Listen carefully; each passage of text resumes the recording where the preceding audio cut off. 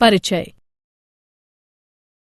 एक पीढ़ी से दूसरी पीढ़ी के लक्षणों के स्थानांतरित होने की प्रक्रिया को आनुवंशिकी कहते हैं।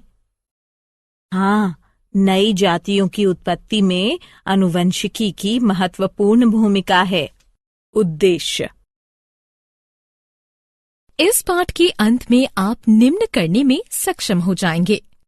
आनुवंशिकी को परिभाषित करना, जनन के दौरान रूपांतरण के संचयन को समझना, वंशागति लक्षणों को समझना, लक्षणों की वंशागति के नियम, मेंडल का योगदान को समझना, प्रभाविता के सिद्धांत की पहचान करना, विसंयोजन के नियम को समझना, स्वतंत्र अपव्यूहन के नियम को समझना, ये समझना कि लक्षण कैसे परिलक्षित होते हैं, लिंग निर्धारण की प्रक्रिया समझना, जनन के दौरान विविधता का संचयन, माता पिता तथा उनकी संतति में उत्पन्न होने वाले अंतर तथा भाई बहनों के बीच अंतर को विविधता कहते हैं।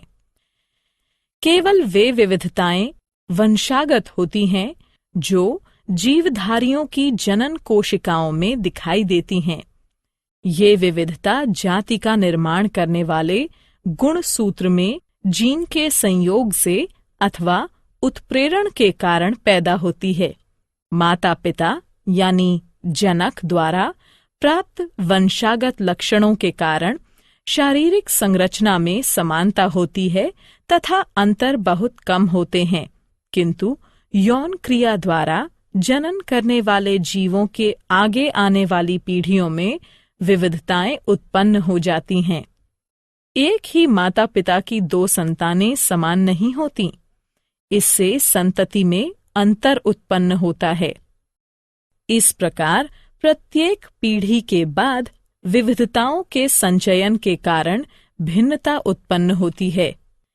विकास के लिए विविधता कच्चे पदार्थ के समान है, आनुवंशिकी का आधार है, जीवों के नए प्रकार बनाता है, जीवों को बदले वातावरण से अनुकूलन करने में सहायता प्रदान करता है तथा प्रत्येक जीव को एक विशिष्ट पहचान देता है। वंशागत लक्षण जो विशेषक व्यापक पदार्थों द्वारा नियंत्रित होते हैं तथा माता पिता द्वारा विरासत में प्राप्त होते हैं, वंशागत लक्षण कहलाते हैं। गतिविधि। मनुष्य के कान दो प्रकार के होते हैं, मुक्त कर्णपाली वाले कान, जुड़े कर्णपाली वाले कान। हम दूसरे सभी के कानों का निरीक्षण करके वंशागति की प्रक्रिया को अधिक अच्छी तरह से समझ सकते हैं। हम देखते हैं कि हमारे कुछ मित्रों की कर्णपालियां मुक्त हैं, जबकि कुछ एक की कर्णपालियां जुड़ी हुई हैं। लक्षणों की वंशागति के नियम, मेंडल का योगदान। लक्षणों की वंशागति के नियम इसलिए आए क्योंकि माता पिता दोनों समान रूप से आनुवंशिक पदार्थ डीएनए का योगदान बच्चे के लिए करते हैं। इस प्रकार प्रत्येक लक्षण माता तथा पिता दोनों के लक्षणों से प्रभावित हो सकता है। पीढ़ी दर पीढ़ी लक्षणों की वंशागति का अध्ययन करने के लिए ग्रेगोर जॉन मेंडल ने 1856 में 7 दृश्य विपरीत लक्षणों वाली मटर पर प्रयोग किए। तने की ऊंचाई, लंबे या बौने पौधे, बीज का आकार गोल या झुर्रीदार बीज, बीज का रंग हरे या पीले बीज, पुष्प का रंग सफेद या बैंगनी फूल, फली का आकार पूर्ण या सिकुड़ा, फली का रंग हरा या पीला, पुष्प की स्थिति अक्षीय या सिरा। एक लंबे तथा एक बौने पौधे के बीच क्रॉस कराया गया। इस प्रकार का क्रॉस जिसमें केवल एक ही लक्षण ज्ञात हो, मोनोहाइब्रिड क्रॉस कहलाता है। पहली पीढ़ी में सभी पौधे लंबे थे, कोई भी बीज के लक्षण का नहीं था। दूसरी पीढ़ी में दोनों ही लक्षण संतति में 3/1 के अनुपात में परिलक्षित थे। इन प्रयोगों के आधार पर मेंडल ने 2 नियम प्रतिपादित किए: प्रभाविता का नियम, विसंयोजन का नियम। प्रभाविता का नियम। मेंडल ने कहा कि 2 विपरीत लक्षणों में से संतति में केवल एक ही लक्षण F1 पीढ़ी में परिलक्षित होता है। वे लक्षण जो कि प्रथम पीढ़ी में परिलक्षित हैं, अर्थात लंबाई, यह प्रभावी लक्षण है, जबकि जो लक्षण प्रथम पीढ़ी में परिलक्षित नहीं है, अर्थात बौनापन, तो ये अप्रभावी लक्षण है। विसंयोजन का नियम।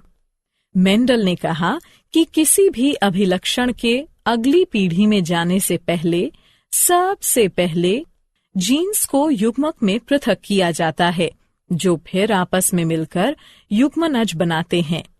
इसी प्रकार अपने प्रयोग में मेंडल ने बीज के 2 अभिलक्षण चुने: बीज का रंग पीला या हरा, बीज का आकार गोल या झुर्रीदार।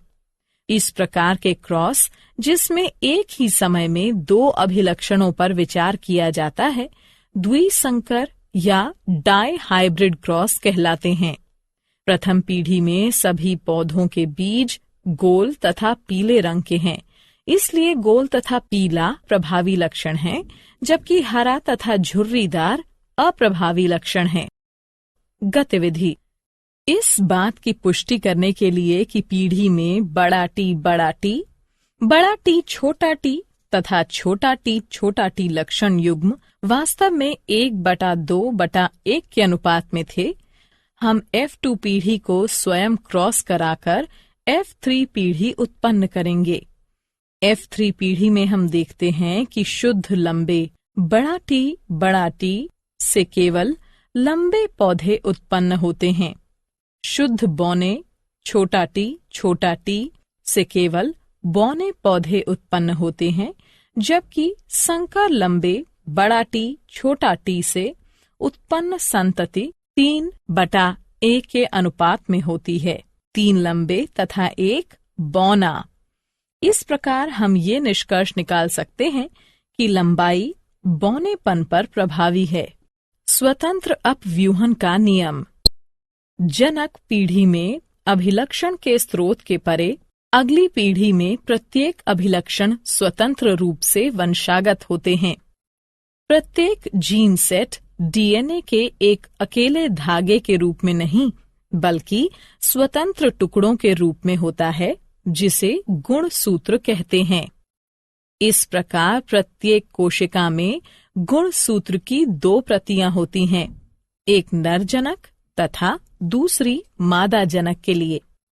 जाति के डीएनए के स्थायित्व को सुनिश्चित करने के लिए प्रत्येक गैमीट हर एक जोड़े के लिए एक गुणसूत्र लेता है जब 2 युग्मक संयोग करते हैं। लक्षण कैसे परिलक्षित होते हैं? प्रत्येक यूकेरियोटिक कोशिका में गुणसूत्र होता है जो डीएनए के लंबे धागों से मिलकर बना होता है। डीएनए में एक कोड होता है जो कोशिका को निर्देश देता है कि अगली पीढ़ी में कौन सा अभिलक्षण परिलक्षित होगा। डीएनए का वह भाग जिसमें अभिलक्षण का कोड होता है जीन कहलाता है। प्रत्येक कोशिका में गुणसूत्र की 2 प्रतियां होती हैं, पिता से 1 तथा माता से 1। प्रत्येक गैमीट माता पिता से 1 क्रोमोसोम लेता है। 2 गुणसूत्रों के मिलन पर अगली पीढ़ी में जाने वाले अभिलक्षणों की कुल संख्या नियत रहती है, जिससे डीएनए का स्थायित्व सुनिश्चित होता है। लिंग निर्धारण। बहुत से मनुष्य क्रोमोसोम में 1 प्रति माता की तथा 1 प्रति पिता की होती है तथा इस प्रकार के 22 जोड़े होते हैं, जिनमें से एक जोड़े को सेक्स गुणसूत्र कहते हैं। ये सेक्स गुणसूत्र हमेशा आदर्श जोड़ा नहीं होता है।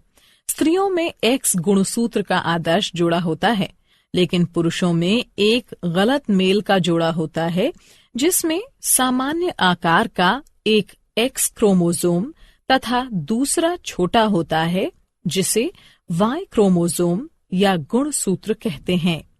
इसलिए स्त्रियां XX हैं तथा पुरुष XY। अंतरंग के दौरान माता हमेशा X गुणसूत्र का योगदान प्रदान करेगी, चाहे बच्चे का लिंग कुछ भी हो, जबकि पिता द्वारा दिए गए गुणसूत्र योगदान से बच्चे का लिंग निर्धारित होता है। जो संतान अपने पिता से X गुणसूत्र वंशागत करेगी वो बेटी होगी, जबकि जो संतान अपने पिता से Y गुणसूत्र वंशागत करेगी वो पुत्र होगा। क्या आप जानते हैं आनुवंशिकी नाम बेटसन द्वारा 1906 में रखा गया था। मेंडल को आनुवंशिकी का पिता कहते हैं। सारांश। आइए जो कुछ हमने सीखा है उसे संक्षेप में दोहराएं। पिछली पीढ़ी से वंशागति में एक मूलभूत शारीरिक संरचना तथा साथ में अगली पीढ़ी के लिए उपयुक्त बदलाव दोनों मिलते हैं। वंशागति के नियम उस प्रक्रिया का निर्धारण करते हैं जिससे लक्षण विश्वसनीयता पूर्वक वंशागत होते हैं। पिता तथा माता दोनों समान मात्रा में आनुवंशिक पदार्थ का योगदान बच्चे के लिए करते हैं। मेंडल ने अपने जनन प्रयोगों के लिए विपरीत अभिलक्षणों वाली 7 जोड़ी मटर का प्रयोग किया। F1 पीढ़ी में मोनोहाइब्रिड क्रॉस से मेंडल द्वारा प्राप्त सभी पौधे लंबे थे। F2 पीढ़ी में सभी पौधे लंबे नहीं थे तथा उनमें से 1/4 बौने थे। इन क्रॉस के द्वारा प्रभाविता नियम तथा संयुग्मों की शुद्धता या विसंयोजन नियम कार्यकारी हुआ। डाई हाइब्रिड क्रॉस में मेंडल को F2 पीढ़ी में 9/3/3/1 का अनुपात प्राप्त हुआ। इससे स्वतंत्र अपव्यूहन के नियम की खोज हुई। जीन DNA से बनते हैं जो लक्षणों की अभिव्यक्ति के लिए आवश्यक प्रोटीन का निर्माण करते हैं। मनुष्य में किसी भी व्यक्ति का लिंग आनुवंशिकी द्वारा निर्धारित होता है। मनुष्यों में गुणसूत्र के 23 जोड़े होते हैं। 23वें जोड़े को लिंग गुणसूत्र कहते हैं। स्त्रियों में XX प्रकार के सेक्स गुणसूत्र होते हैं, जबकि पुरुषों में XY प्रकार के सेक्स गुणसूत्र होते हैं। इस प्रकार पुरुषों में 44 जमा XY युग्म तथा स्त्रियों में 44 जमा XX युग्म के गुणसूत्र होते हैं।